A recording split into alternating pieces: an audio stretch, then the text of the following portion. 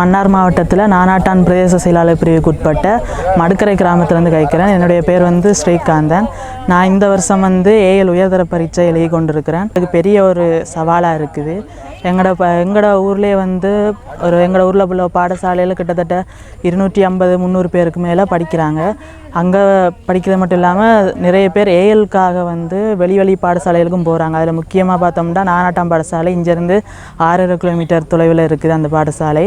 அப்போ நாங்கள்லாம் அங்கே தான் போய் படிக்கிறோம். இப்போ எங்களுக்கு இந்த வெள்ள அனர்த்தம் காரணத்தால் எங்களோட பாடசாலையில் நாங்கள் படிக்கிறதுக்கு வச்சுருக்கிற கற்றல் உபகரணங்களாக இருக்கட்டும், நோட்ஸுகள் சரி, சப்பாத்து, சீருடைகள் எல்லாமே தண்ணியோட அடிபட்டு போயிட்டுது. எங்கள் மட்டும் இல்லாமல் நாங்கள் நானாட்டானுக்கு போகிறாக்கள் பொது பேருந்தை நம்பி தான் நாங்கள் போய் வரோங்க.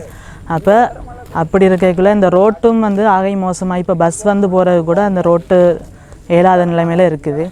இதால் சரியான மாதிரி நாங்கள் பாடசாலை மாணவர்கள் சரியான மாதிரி பாதிக்கப்படுகின்றோம். முக்கியமாக பிள்ளைகளுக்குரிய கொப்பி புத்தகங்கள் எல்லாமே சேதமாயிட்டுது. பேக்ஸ் ஒன்றும் இல்லை, புக்ஸ் இல்லை, சப்பாத்து, சீருடைகள் எதுவுமே இல்லாமல் போயிடுச்சுது. இனி நாங்கள் மீண்டெழுகிறது ரொம்ப கஷ்டமாக இருக்குதுன்னு நினைக்கிறேன்னா. வியாழக்கிழமை நைட் அலர்ட் பண்ணி வெள்ளிக்கிழமை ஏற்றுனது நாங்கள் எங்களை மடுக்கரை கிராமத்தை பொறுத்த வரைக்கும் 3-4 முகாம்களும் எடுத்தாங்க. அதில் நாங்கள் இருந்த முகாம் ரசூல் புதுவெளி முகாம். அனர்த்தமாகி இவ்வளோ நாளைக்கு இல்லை, அரசாங்கத்தால் எங்களுக்குமே இதுவரைக்கும் ஒரு முறையான ஆவணங்கள் எதுவும் எடுத்து பதியப்படையில்லை. எங்களுக்கு பாடசாலை மாணவர்களை பொறுத்த வரைக்கும் எங்களுக்குரிய கற்றல் உபகரணங்கள் எங்களுக்கு தேவை.